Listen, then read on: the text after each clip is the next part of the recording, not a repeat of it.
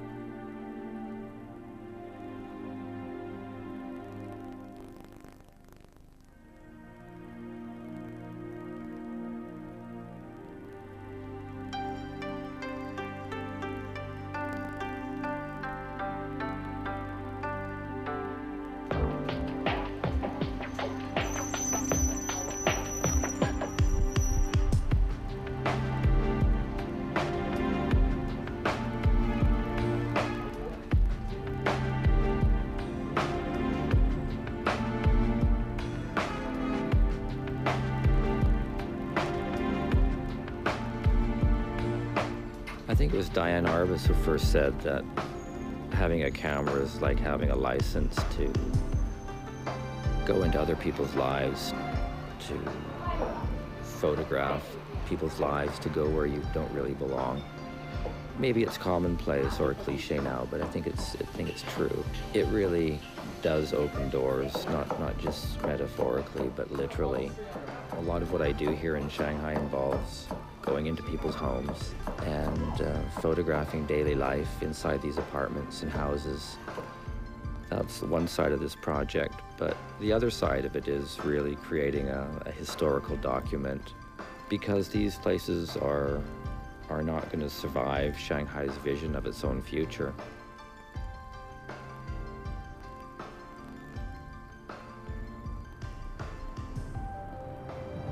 I moved to Shanghai from Hong Kong after the 1997 handover because Hong Kong's journey seemed more or less complete. At that time, a foreign journalist in China could only live in Beijing or Shanghai, and my experience working in the two cities couldn't have been more different. In Beijing, trying to photograph inside people's homes to show the social and economic changes taking place in China was always difficult. In Shanghai, on the other hand, it was always less of a problem.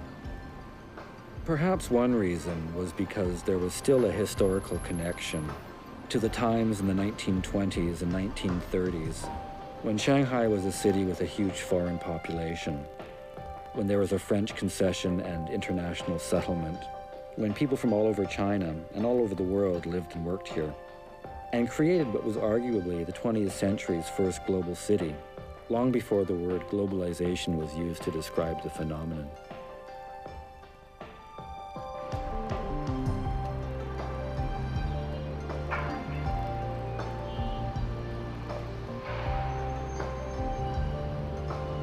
Today, distracted by the pace and scale of Shanghai's recent development, it's easy to overlook the reason why so much of the city's early 20th century architecture has survived. After Mao's victory in 1949, urban development for profit was suspended for more than 4 decades. Today, that notion has been stood on its head. Buildings and neighborhoods that were once preserved by a kind of historical accident are now being destroyed at an incredible rate as Shanghai races to make up for lost time.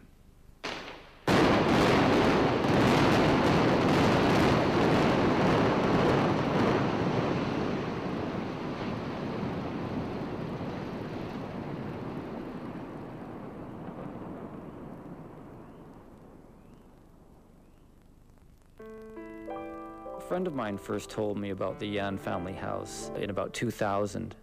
I was looking for interesting disappearing bits of Shanghai, and a friend mentioned that there was these Mao posters on a wall, faded, and they'd been there for some time. So I went along to have a look and discovered this amazing house with 52 households, over 150 people living there. I went back to the house many times over the years, and by 2003, people were starting to be moved out. It was a long process, and a few families today remain holding out for more compensation.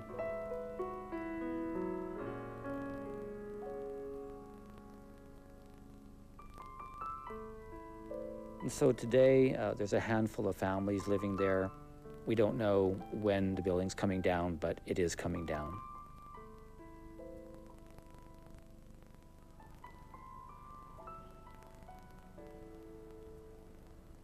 The house was first built in the 1920s by a Shanghainese movie producer named Yan. And he lived there with his 4 wives and servants up until 1949, when everything changed.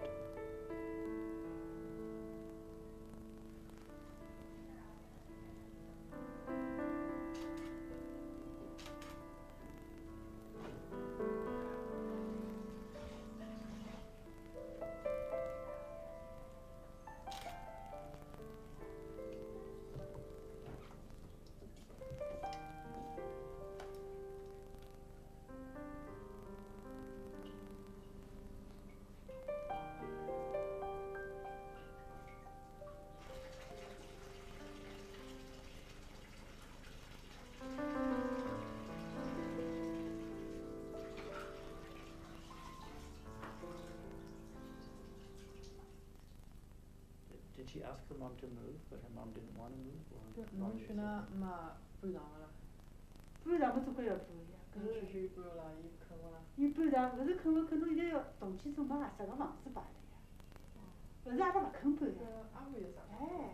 Or she visits her mom all the time.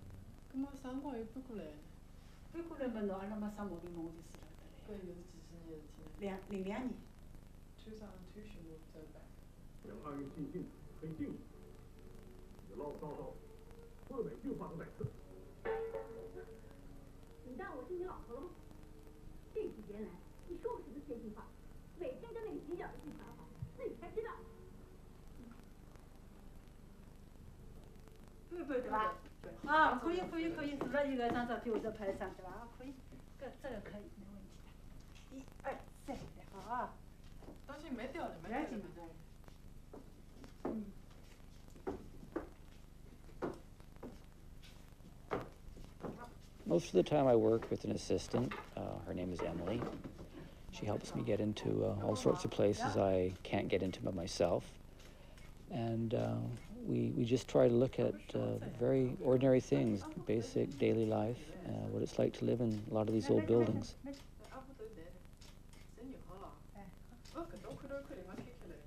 What you find in these older places is older people. They've been there in many cases almost as long as the buildings have. So for me, this is really the last chance to document Shanghai that we're not going to see again. Its days are really numbered. It's becoming something else. I'm always a little amazed that people actually let me into their homes.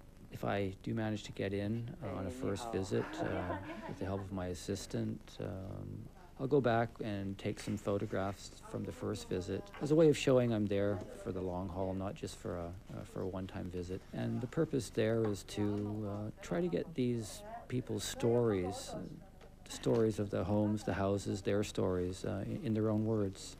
She moved here and she was already married, or she married after she got here?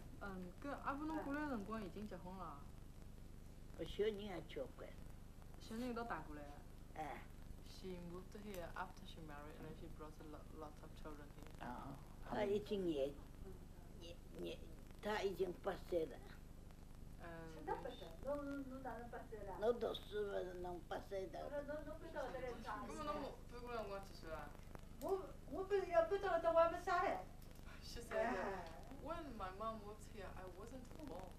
little bit, everything.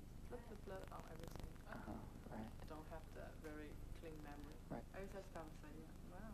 那因为一烦恼刚刚的好，本来还可以，一毛鱼口个好。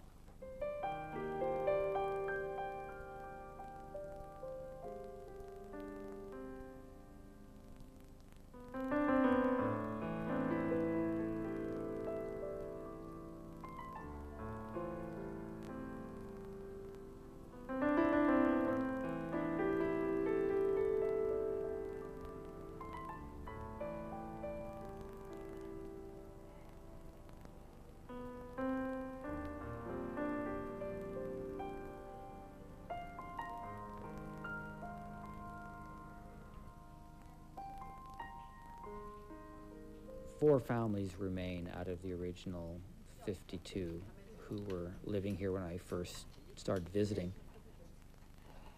There's a family recently moved in, a family of migrants from Chongqing, 1,000 miles west of Shanghai. They're here to begin the process of tearing the house down. So now we have this odd situation where the people who are going to tear the house down are neighbors of the people refusing to leave.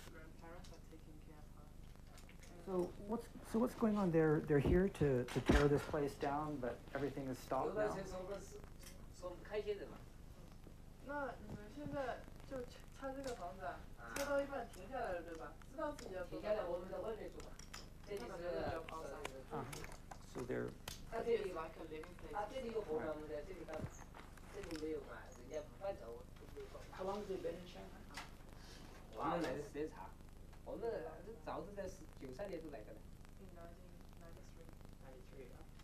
So they're almost Shanghai people now. 上海来的这么多人，70%的话是外地。这里上海人来的这么多。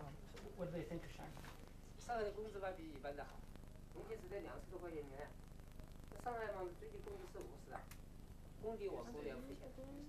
我们那个比如说搞建筑的，他们这个不管怎么大老板嘛，搞建筑的吧，一年才付工资付清了，我们这个测房子，测房子嘛10天，测完嘛是10天付钱，1个月测完1个月。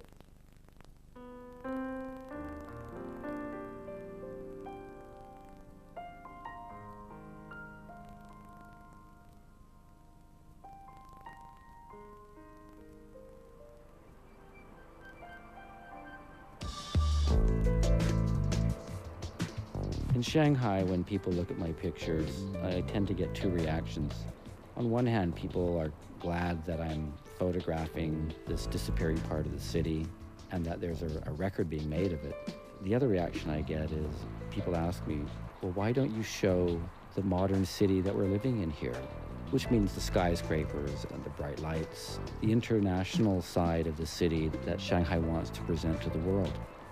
And I think I am doing that actually, because many of the people I'm photographing live in homes that are directly beneath these high-rise blinking office towers and expressways, and they are literally lit by the glow of the new Shanghai.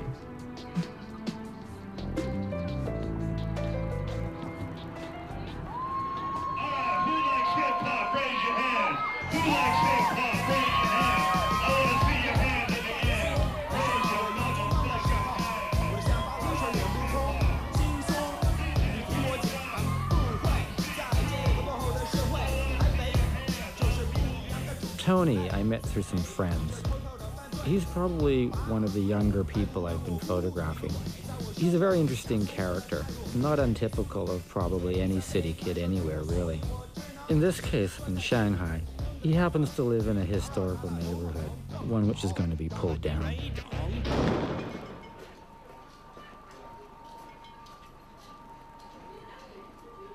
There's a certain kind of Shanghai architecture called Lilong, which is lane housing. This was built in the 20s, which harks back to England in the 20s. These neighborhoods were all over the city, and this became a feature of what is different about Shanghai compared to other Chinese cities.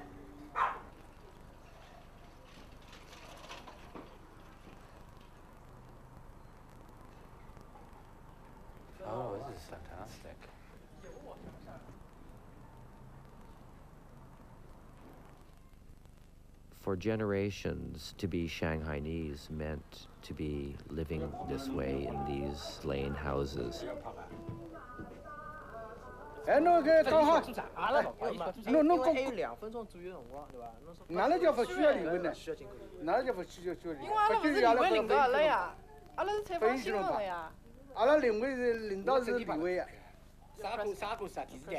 Ready to pass this.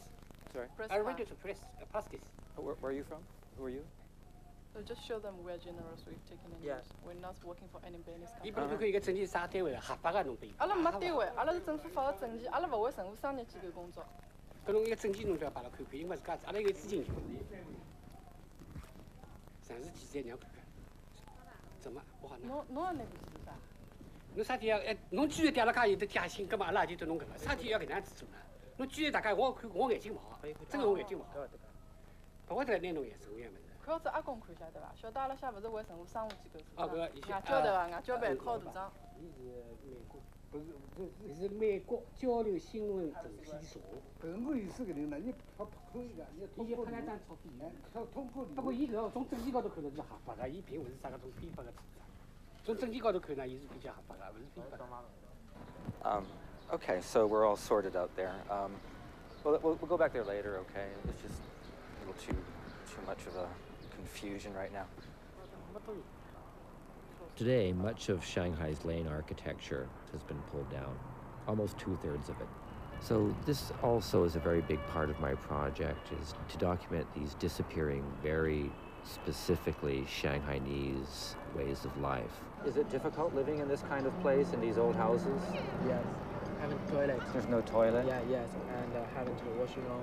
No bathroom or washroom? Bathroom. Yeah. We can have a bath. Can't have a bath? Yeah. Where do you go for a bath? Public. Public bath? Yeah, public. The area is so small. The area is so small? Yeah. How many people in one room? 3. 3. So your mom, your stepfather, and you living in one room? Yeah. What's going to happen here? Before 2008, all the house will broken. Then building the new house. All the before 2008. Before 2008, all this will be new housing? Yes. How do you feel about that? I'm happy because the living condition will be better. And yeah.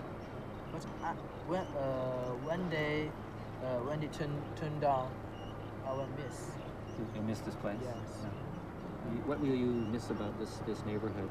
That maybe I will ask. Will tell my son or daughter, that place at the long ago is my favorite. It's the place where your father grew up. Yeah.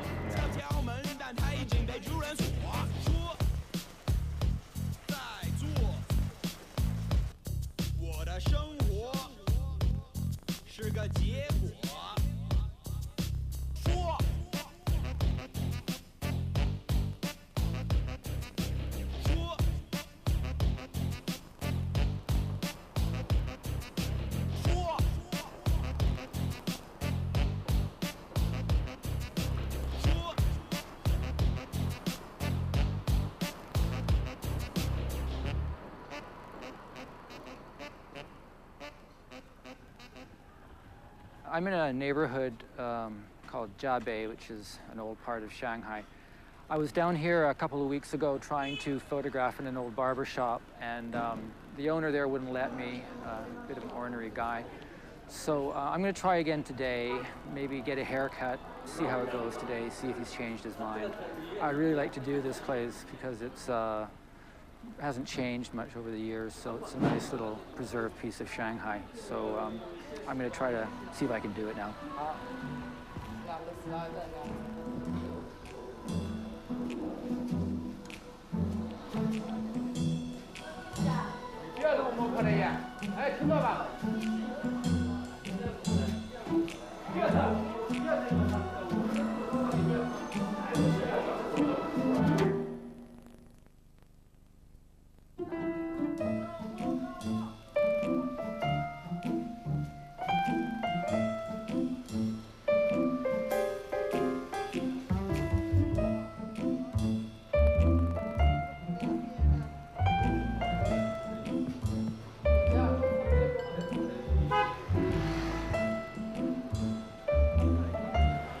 given us 20 minutes to take some pictures. My assistant Emily is making friends with him. Seems to have calmed down a little bit. Yeah, touch and go for absolutely no reason.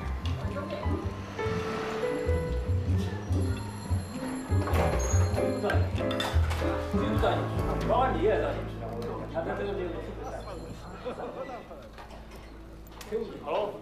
Hi. How do you do? Very well. How are you? Okay, no problem. No problem.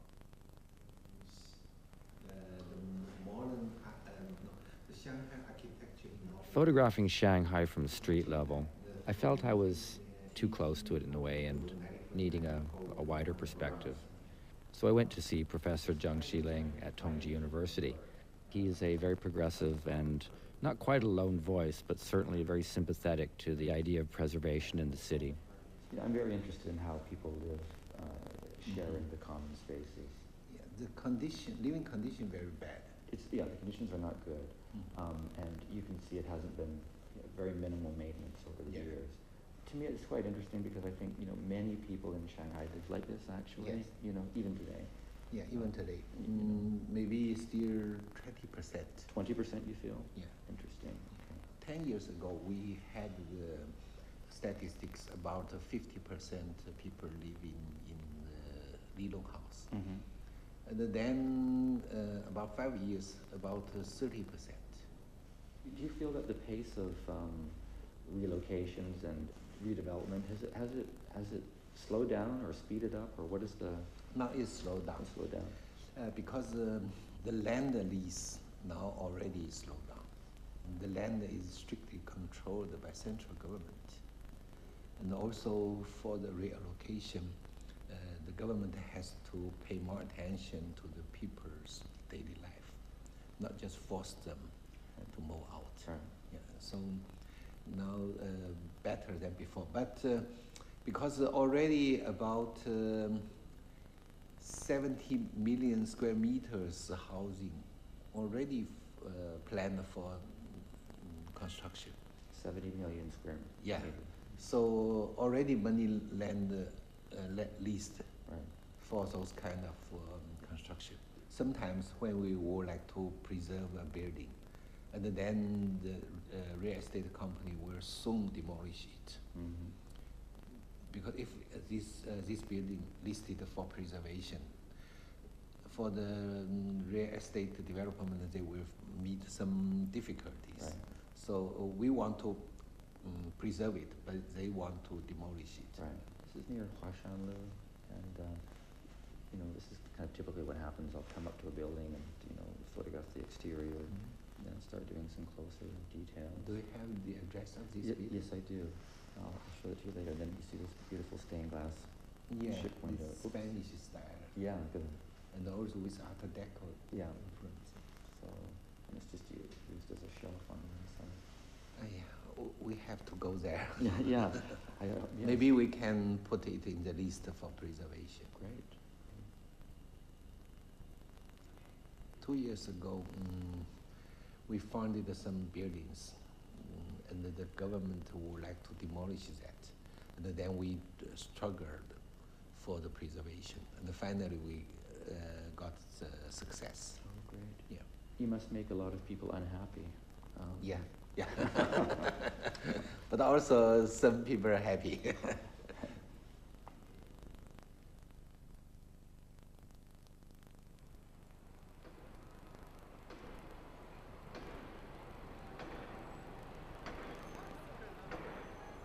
guy that repairs shoes in front of your house, he has like a secret lover. I have to admit that if someone showed up at my door unannounced and wanted to photograph my home, I'd probably be pretty reluctant to let them in. My assistant Emily is very important in helping me get in the door. She has a way of convincing people to let strangers into their homes. It's ironic that Emily, who is so good at getting me into other people's homes, has failed at getting me into her own home. The obstacle is her mother, who doesn't like the idea of a stranger coming in to take photographs.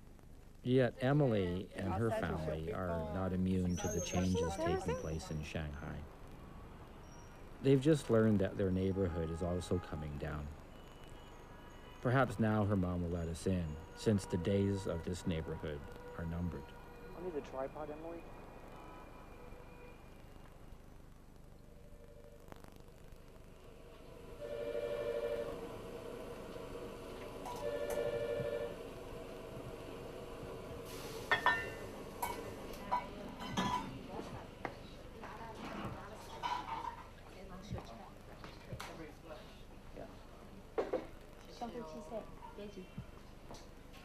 Have you lived here all your life, or did you move here from somewhere? I was born here. Maybe when I was in my mom's stomach, I was not here. She came here before I born, so my mom was here for 22 years already. Right. And how much rent are you paying now? 18.6.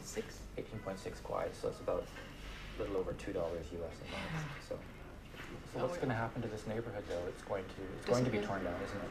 Yeah. When do you think that's going to happen? November. This year, November. 2005. Yeah, 2005 November. What do you think about today to photograph or take some pictures at your place? My place? Yeah. It's a big surprise. My mom will kill me. I'm still young. What do you think if you called your mom and asked? Try when she's home, just try again. Sorry to get into trouble.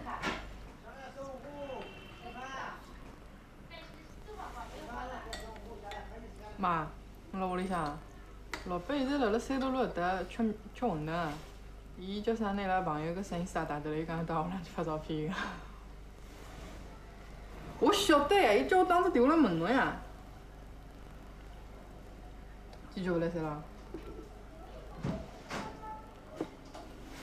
Meaning, Shanghai people they don't like us coming. For me, I think it's quite not ridiculous in Shanghai. It's very easy for me to understand. People don't want a stranger come in and take picture and to show the other stranger. So people open the door for us. I feel strange. Yeah, right.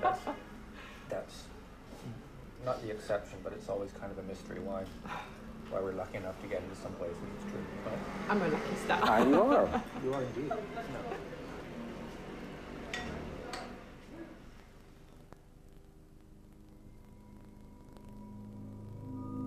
Some parts of this city are more forgotten than others. And when they get discovered, things don't get gentrified. They tend to get knocked down and something new gets built.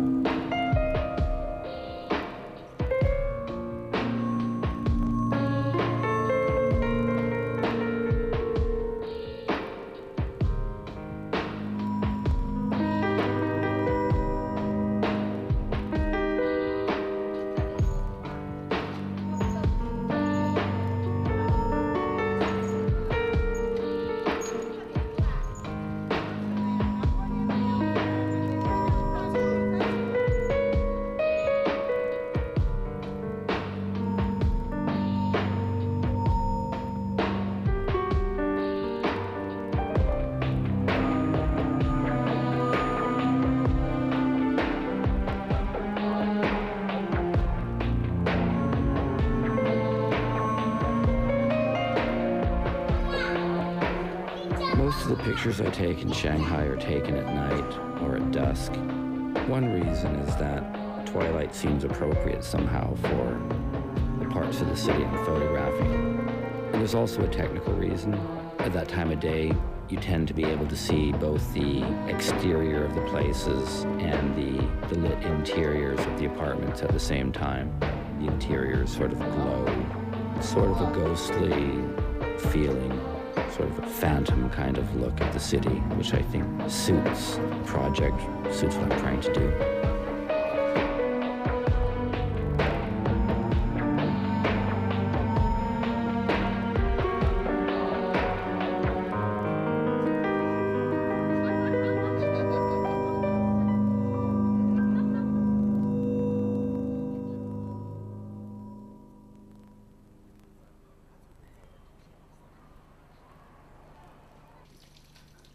One of the most fascinating things I discovered when I moved from photographing the outside of buildings and started photographing inside them and who lived there and what they were doing and how these places were used was the shared kitchen.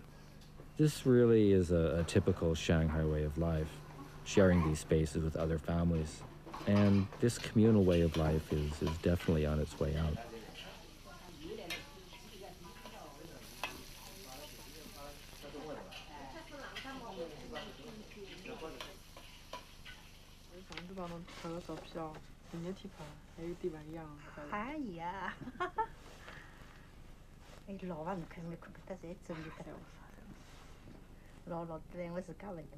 Maybe we could just ask her, just to talk a little bit about how she came to live in this house and how long she's been here.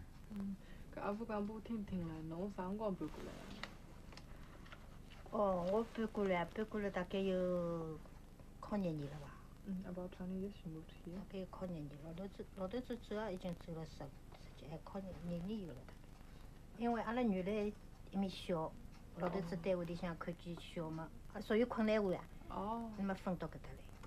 How big is this room? How many square meters is this? 12. The shared areas there. Is everyone sort of responsible for cleaning up their own places? How does everyone get along, basically?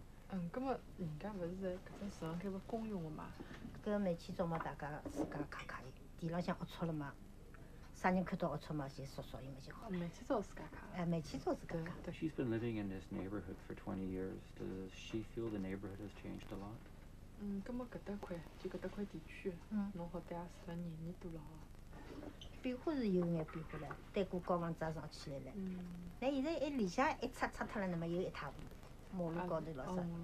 Does she know what's going to happen here? Have they been told what's going to happen to the building?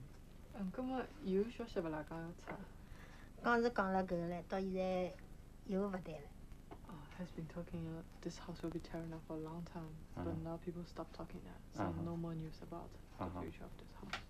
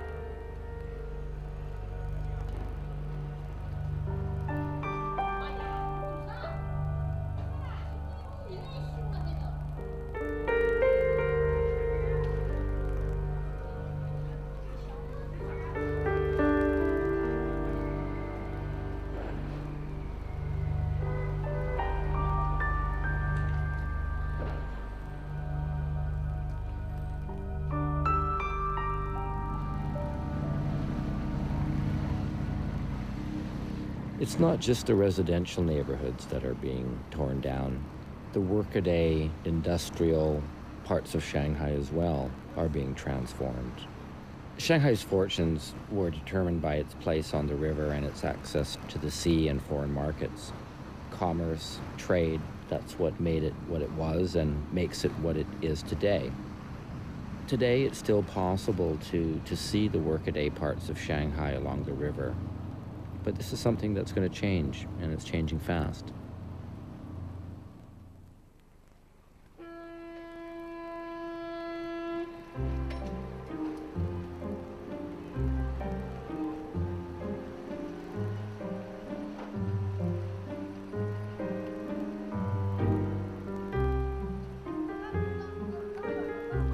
this collection facility where the coal comes off the ships and gets put on barges and sent to the provinces south of here. It's part of a long-established chain of getting coal from the north, transshipping it here in Shanghai and distributing it to the city and nearby provinces. But this facility is going to be closed down in a couple of years, and it's going to be redeveloped as prime waterfront property, apartment complexes, condos, office towers. Shanghai is going to move on, and yet this grim, dirty, workaday part of the city is very much part of what shaped Shanghai. And I think it's worth making a record of it.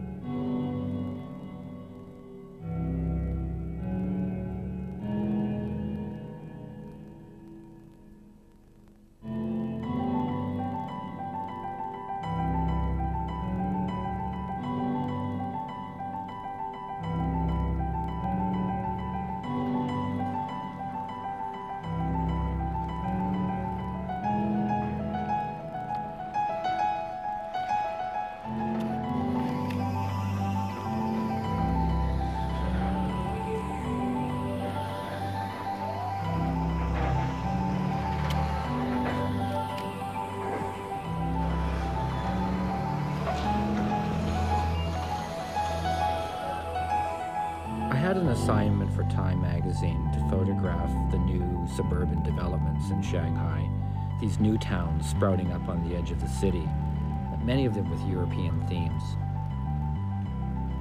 Anting New Town is one such suburb in the west of Shanghai, designed by Albert Speer, the son of Hitler's architect. When Anting New Town is completed, it will house over 30,000 people.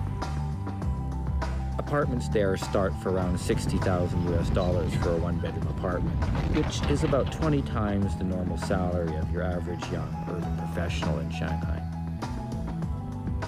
Although the compensation provided to the people I photograph who are being relocated from these neighborhoods in the center of the city would never allow them to live in a place like this, I think it's useful to see what the aspirations are of the average young white-collar Shanghainese person. I thought it was a good opportunity to ask my friend James Brearley, who's an Australian architect working in Shanghai, to explain to me what he was seeing that maybe I'm not seeing as I walk about this strange new landscape. What are we looking at here? We're looking looking at one of 500,000 massive housing projects that are on the go at the moment. This is an early stage of China's massive urbanization of 200 million people, which they expect to happen in the next 10 years. Well, that's something like the combined populations of France, Spain, Germany, and England. So it's a big project. You know, the radical difference between the Western model and the Chinese model is this notion of publicness. Most Chinese new housing developments are gated communities. They're pretty similar to what you might see in the Truman Show. Look at the social consequences of that too. You know, these gated communities suffer from a real lack of diversity and a real lack of chance and chaos and confrontation and all of those things that actually help us grow up in the world. I guess you could argue that China has quite enough of that already, the chaos and the confrontation, and this is maybe what people are trying very hard to pay the way out of when they choose to live in a place like this. It's a pretty strong reaction to the overcrowding of most of the cities that are around today, but gee, if they could only look forward another 10 years, they'll see that all of these environments without any chaos are much, much worse than the chaotic ones. What kind of a grade would you give this place overall? In urban design terms, I give it a very high grade. In terms of cultural cringe, I give it a very low grade. You know, it's a pity it doesn't express itself as being a little bit more Chinese. However, Shanghai is, of course, the great globalized city of China. So, you know, many people would argue that this is very much in the spirit of exotic Shanghai. Right. Yes, it does have a very sort of distinctly European feel to parts of it. Certainly the peaked buildings, the sharp, steep roofs wouldn't look out of place in Scandinavia, Germany, I suppose. That's right. It would look very nice with a bit of snow on it. It would, in fact, yeah.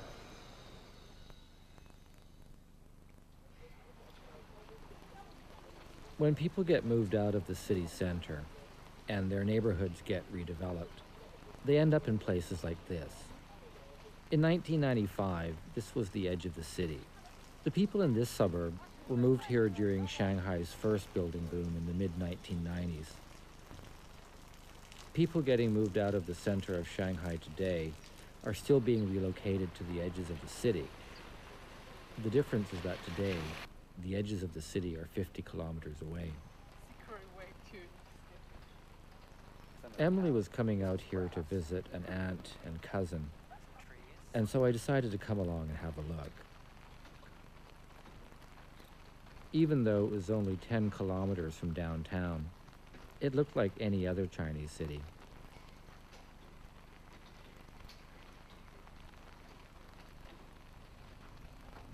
So what did you think of that place, that neighborhood? I'm not going there. You're not going there? Even the government give me that house, I'm not going there. Why not? I would just keep a bed in the center city. Keep a bed in the center. I'd rather have a bed in the center city, not a whole house in that kind of place. What do you mean, like that kind of place? Too far away. Too far away. Probably 10 kilometers away. I mean, it's not really like that far. You guys are going to be 20, 30, 40 kilometers away, right? But seriously, what's going to happen? I'll ask those official people, where do you live? You want me to go that place? Where do you live? You think that's reasonable? You want me to move to that kind of village place?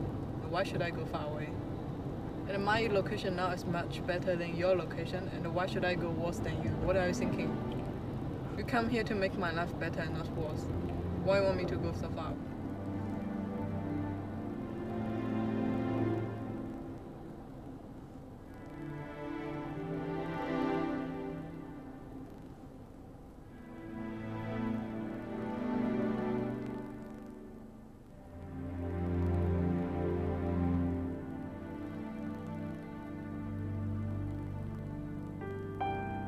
Some cities are special. In a way, they're bigger than themselves. Paris, New York, Shanghai. It's gorgeous.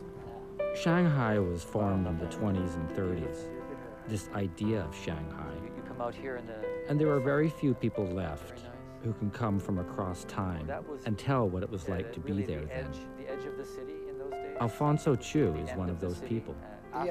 Alfonso came from one of the most prominent and wealthy Shanghai families. And by all accounts, he lived the high life of the 20s and 30s. I had the good luck to be introduced to him and to pay him a visit. So, Alfonso, tell me about these pictures. What are we looking at here? This is some kind of a parade. My grandmother's dowry. Grandmother's dowry, okay. The year of 1997, with red furniture, and silver, and china, and clothes, and even the bedroom things, even the kitchen things, everything. It stretches for blocks, what, a kilometer? Or yes, this is a talk of the town. Talk of the town. By that time. Right.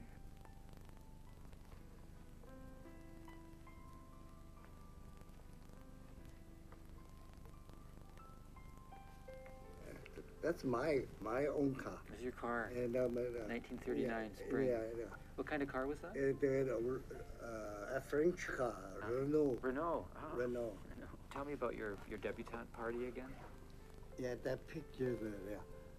After the ball, after the party, when guests are all gone, that ball is very, very nice. My father invite lots of friends and relations, over 100 guests. We have a lobster, turkey, but no beer. No beer. No beer. What, too down market too? Only red wine or white wine.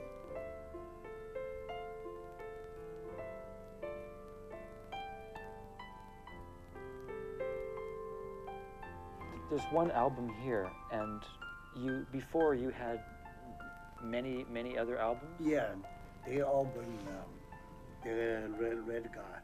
During the Cultural Revolution? During the Cultural Revolution. Right. This is the one only keep because they put those pictures on the crime exhibition. Crime exhibition? Evidence. They say, I joined the counter-revolution group. So this picture was a counter-revolutionary family exhibition. It's a whole picture. And there's an arrow, the arrow's pointing to you. This arrow that's me. That means me. And they would just put in the exhibition.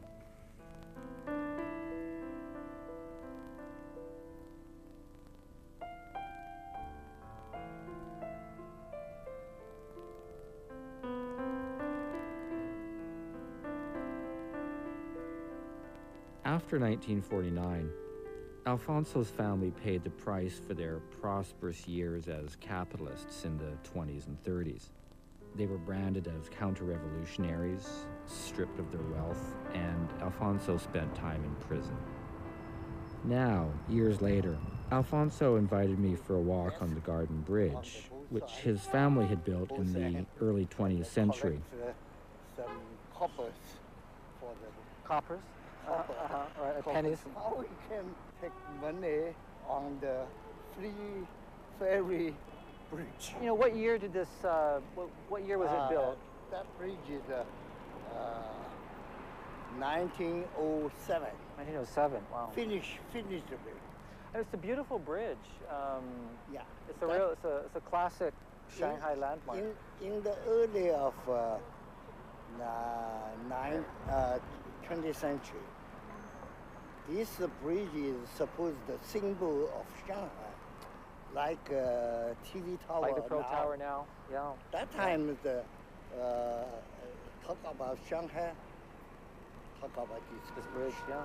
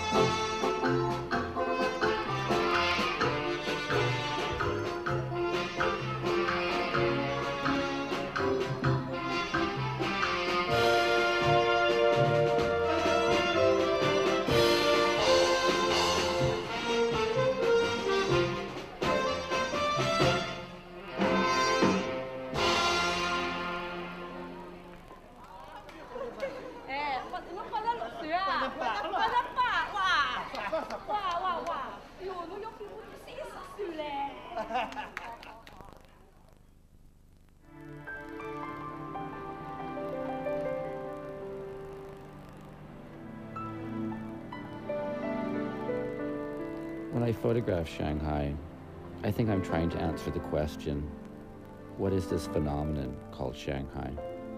How did it come to be the way it is? Why is it like this and not some other way?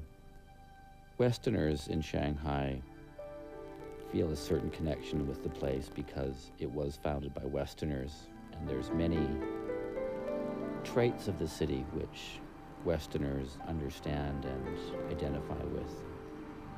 The way the streets are laid out, the way the buildings look, the scale of the city. At the same time, most people have no idea what it's like to live inside those places. These apartments that were built for a single family, now occupied by 10 families. The car garage, now housing 2 families. The church, which has become a restaurant, but before the restaurant, it was a factory. I think many people aren't aware of the hard flow of time through this city. And I see the evidence of that in the buildings and the way they're used. And before Shanghai turns into the vision it's trying to create for itself, I'm trying to photograph the way it is now.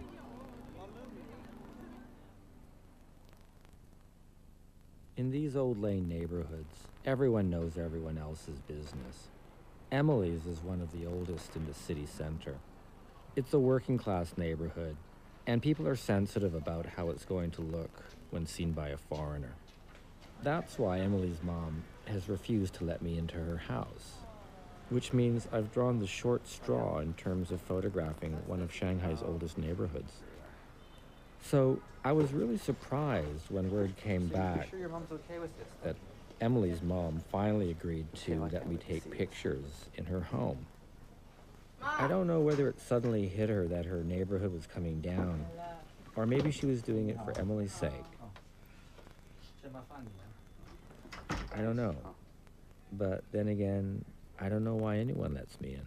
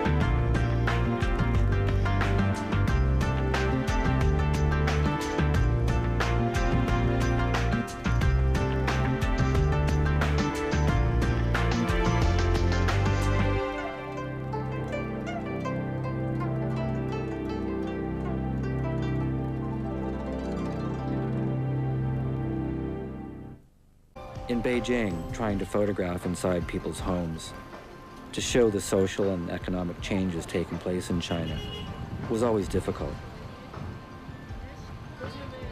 In Shanghai, on the other hand, it was always less of a problem.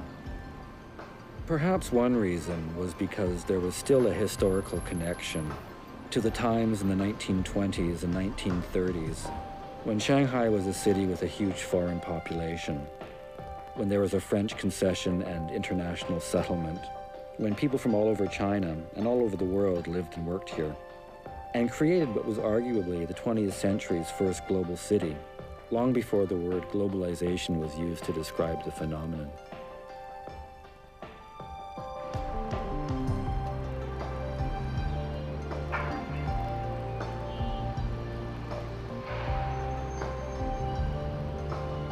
Today, distracted by the pace and scale of Shanghai's recent development, it's easy to overlook the reason why so much of the city's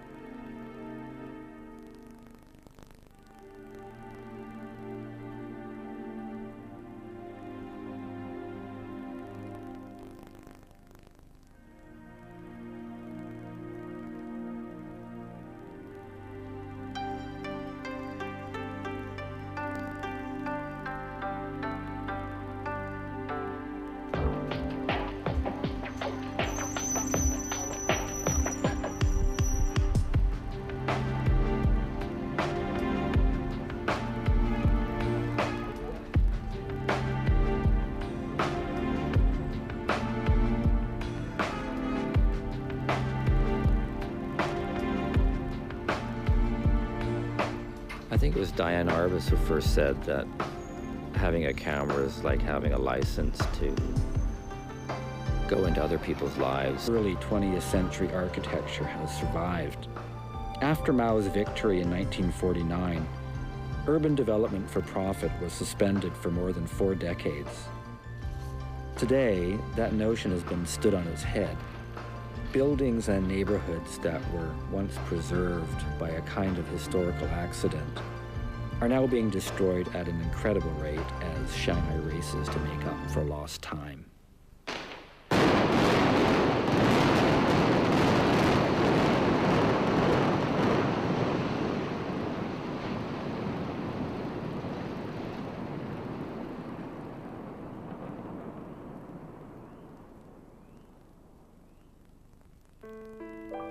A friend of mine first told me about the Yan family house in about 2000. I was looking for interesting disappearing bits of Shanghai, and the friend mentioned that there was these Mao posters on a wall, faded, and they'd been there for some time. So I went along to have a look and discovered this amazing house with 52 households. Så börjar ett nytt år enligt den kinesiska astrologin. Ett år som spås bli fruktbart och produktivt. Om man ser till Kinas ekonomiska utveckling så verkar ju framtiden rätt ljus. Vi ska nu följa den förvandling som landets viktigaste industristad har genomgått. Det är staden som vilar vid havet, Shanghai.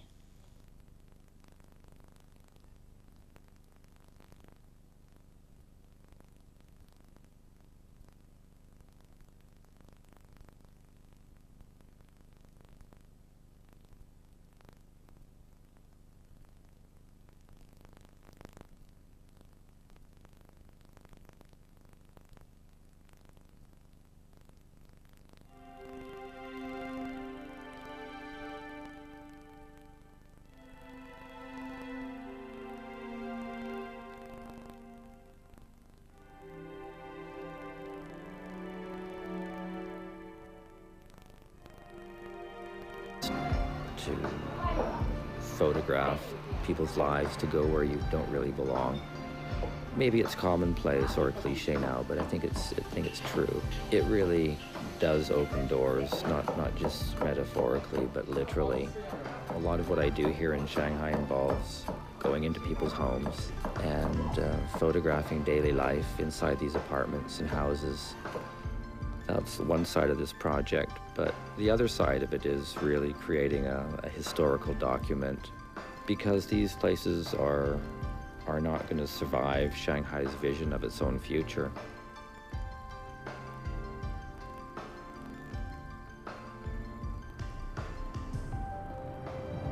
I moved to Shanghai from Hong Kong after the 1997 handover, because Hong Kong's journey seemed more or less complete. At that time, a foreign journalist in China could only live in Beijing or Shanghai, and my experience working in the two cities couldn't have been more different.